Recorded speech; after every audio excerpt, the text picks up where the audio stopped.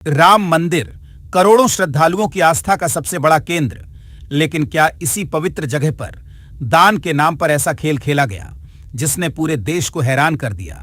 अब सवाल ये कि क्या अब जांच उस शख्स तक पहुंच चुकी है जो कभी ट्रस्ट का सबसे भरोसेमंद चेहरा माना जाता था, और क्या एक चिट्ठी पूरे मामले का रुख बदल सकती है। आज की कहानी में हर मिनट एक नया खुलासा है, इसलिए वीडियो आखिर तक जरूर देखिए। वे कहते हैं कि सच को छुपाया जा सकता है लेकिन मिटाया नहीं जा सकता, और जब सच बाहर आता है तो कई बड़े चेहरे बेनकाब हो जाते हैं। राम मंदिर दान पेटी चोरी मामले में अब जांच तेजी से आगे बढ़ रही है। हर दिन एक नया खुलासा हो रहा है और हर नया खुलासा पहले से ज्यादा चौंकाने वाला है। अब इस पूरे मामले में जिस नाम की सबसे ज्यादा चर्चा हो रही है वो है अनिल मिश्रा। सूत्रों की माने तो एसआईटी ने अपनी जांच का दायरा और बढ़ा दिया है। जांच के दौरान ऐसे कई सबूत मिले हैं जिनके बाद शक की सुई लगातार अनिल मिश्रा की तरफ घूमती नजर आ रही है।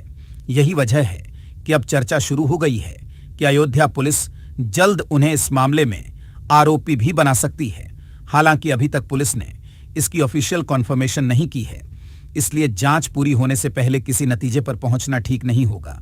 लेकिन आखिर ऐसा क्या मिला जिससे जांच का रुख बदल गया? यहीं से कहानी दिलचस्प हो जाती है। जहां जिम्मेदारी होती है वहां सबसे पहले सवाल भी वहीं उठते हैं। एसआईटी की रिपोर्ट के मुताबिक मंदिर में आने वाले दान को इकट्ठा करना, उसकी गिनती कराना और फिर उसे सुरक्षित बैंक तक पहुंचाना, इन सभी कामों की निगरानी की जिम्मेदारी अनिल मिश्रा के पास थी। यानी करोड़ों श्रद्धालुओं की आस्था से जुड़ा पैसा, पूरी व्यवस्था और उसकी सुरक्षा, सब कुछ एक तय सिस्टम के तहत चलना था।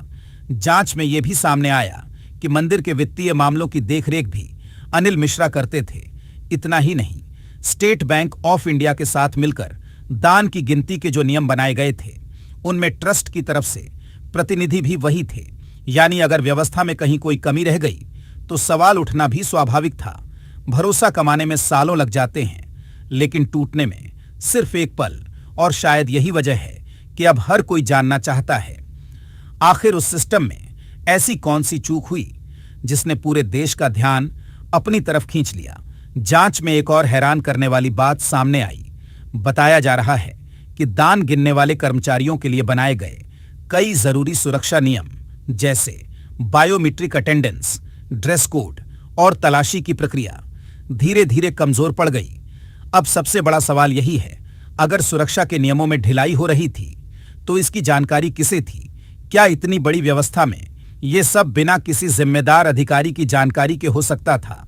यही सवाल अब एसआईटी की जांच का सबसे अहम हिस्सा बन चुका है। लेकिन अभी सबसे बड़ा खुलासा बाकी था। इसी बीच सोशल मीडिया पर एक ऐसा पत्र वायरल होता है जिसने पूरे मामले में नई हलचल मचा दी। ये पत्र था श्री राम जन्मभूमि तीर्थ क्षेत्र ट्रस्ट के पूर्व महासचिव चंपत राय का। इस एक चिट्ठी ने कई ऐसे सवाल खड़े कर दिए जिनके जवाब अब जांच एजेंसियां तलाश रही हैं। चंपत राय ने अपने पत्र में साफ लिखा कि दान की गिनती के लिए जो दिशा निर्देश बनाए गए थे उनसे वे सहमत नहीं हैं। उन्होंने कहा कि 6 फरवरी 2025 को जारी इस दस्तावेज की जानकारी उन्हें काफी देर से मिली। यही नहीं, उन्होंने एक ऐसा सवाल पूछा जिसने पूरे मामले की दिशा बदल दी। अगर यह इतना अहम दस्तावेज था तो उस पर उनके हस्ताक्षर क्यों नहीं लिए गए? अगर उस समय वे अयोध्या में मौजूद नहीं थे तो उनके लौटने का इंतजार क्यों नहीं किया गया? चंपत राय का कहना है कि अगस्त 2020 से लेकर जून 2026 तक जितने भी बड़े समझौते हुए उन सभी पर उनके हस्ताक्षर हैं। फिर इस एक दस्तावेज को उनसे छिपाकर क्यों रखा गया? क्या यह सिर्फ एक लापरवाही थी या फिर इसके पीछे कोई और वजह थी? यही सवाल अब पूरे मामले का सबसे बड़ा रहस्य बन चुका है। लेकिन कहानी यहीं खत्म नहीं होती, क्योंकि चंपत राय ने अपने पत्र में सिर्फ ट्रस्ट पर ही नहीं बल्कि बैंक की व्यवस्था पर भी ऐसे सवाल उठाए हैं जिन्होंने जांच को एक बिल्कुल नई दिशा दे दी। आखिर बैंक पर कौन कौन से आरोप लगे? कर्मचारियों की ड्रेस और हाउसकीपिंग स्टाफ को लेकर ऐसा क्या खुलासा हुआ जिसने हर किसी को चौंका दिया? लेकिन कहानी यहीं खत्म नहीं होती, क्योंकि चंपत राय के इस पत्र में सिर्फ ट्रस्ट पर ही नहीं बल्कि बैंक की भूमिका पर भी ऐसे सवाल उठाए गए हैं जिन्होंने जांच को पूरी तरह नया मोड़ दे दिया। चंपत राय ने अपने पत्र में बताया कि 9 फरवरी 2024 को स्टेट बैंक ऑफ इंडिया के साथ एक MOU यानी समझौता हुआ था। उनका कहना है कि उस समझौते के हर पन्ने पर उनके हस्ताक्षर मौजूद हैं। उसी MOU में साफ लिखा गया था कि दान की गिनती के दौरान सुरक्षा के पूरे इंतजाम किए जाएंगे, CCTV कैमरे लगाए जाएंगे, गणना कक्ष को पूरी तरह सुरक्षित रखा जाएगा और हर नियम का सख्ती से पालन होगा। लेकिन चंपत राय का दावा है कि बाद में कई नियम सिर्फ कागजों तक ही सीमित रह गए। उन्होंने कहा कि बैंक की सलाह पर दान की गिनती मेज और कुर्सी पर बैठकर शुरू की गई। पहली नजर में ये बात छोटी लग सकती है, लेकिन चंपत राय का मानना है कि यही व्यवस्था चोरी को आसान बनाने की एक वजह बन गई। उन्होंने कहा कि जैसे ही मामला सामने आया, मेजें तुरंत हटा दी गईं और फिर से जमीन पर बैठकर गिनती शुरू कर दी गई। यहीं से मामला और गंभीर हो जाता है। चंपत राय ने बैंक के सुरक्षा नियमों पर भी सवाल उठाए।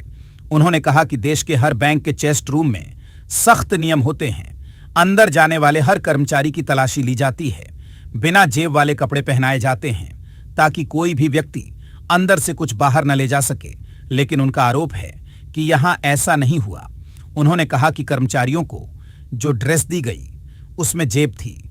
अब सवाल यह है, अगर नियम पहले से बने हुए थे तो उनका पालन क्यों नहीं हुआ? अगर सुरक्षा इतनी जरूरी थी तो इतनी बड़ी लापरवाही कैसे हो गई? क्या किसी ने नियमों को नजरअंदाज किया या फिर किसी ने जानबूझकर आंखें बंद कर लीं? चंपत राय ने अपने पत्र में एक और गंभीर बात लिखी। उन्होंने सवाल उठाया कि दान की गिनती जैसे संवेदनशील काम के लिए बैंक ने नियमित कर्मचारियों की जगह हाउसकीपिंग स्टाफ को क्यों लगाया? करोड़ों रुपए के दान की गिनती देश की सबसे महत्वपूर्ण धार्मिक जगह, और वहां इस तरह की व्यवस्था। यही सवाल अब जांच एजेंसियों के सामने भी खड़े हैं। चंपत राय का कहना है कि शायद बैंक के बड़े अधिकारियों को भी पूरी जानकारी नहीं थी। अगर होती तो शायद इतनी बड़ी चूक कभी नहीं होती। अब जांच एजेंसियां हर दस्तावेज को जोड़ रही हैं, हर बयान को मिलाया जा रहा है और हर उस कड़ी की जांच हो रही है जो इस मामले की सच्चाई तक पहुंचा सकती है। भरोसा जब टूटता है तो सिर्फ एक इंसान नहीं टूटता, उसके साथ लाखों लोगों का विश्वास भी हिल जाता है। राम मंदिर सिर्फ एक इमारत नहीं, ये करोड़ों लोगों की आस्था का प्रतीक है। यही वजह है कि इस मामले से जुड़ा हर सवाल, हर खुलासा और हर जांच पूरे देश की नजर में है। अब सबकी निगाहें SIT की अगली रिपोर्ट पर टिकी हैं। क्या अनिल मिश्रा से और पूछताछ होगी? क्या उन्हें आरोपी बनाया जाएगा? क्या बैंक अधिकारियों की जिम्मेदारी भी तय होगी या फिर जांच में कोई नया नाम सामने आएगा? इन सवालों का जवाब अभी भविष्य के गर्भ में है। लेकिन एक बात साफ है, इस मामले में अभी कई परतें खुलनी बाकी हैं और जब तक आखिरी सच सामने नहीं आता तब तक सवाल भी उठते रहेंगे और जांच भी चलती रहेगी। कहते हैं न्याय की चाल भले ही धीमी हो, लेकिन जब चलता है तो सच और झूठ का फर्क साफ कर देता है। फिलहाल इस मामले में किसी भी व्यक्ति के खिलाफ अंतिम फैसला जांच और अदालत की प्रक्रिया के बाद ही होगा। जैसे ही इस केस में कोई नया अपडेट सामने आएगा, हम सबसे पहले आपको उसकी पूरी जानकारी देंगे।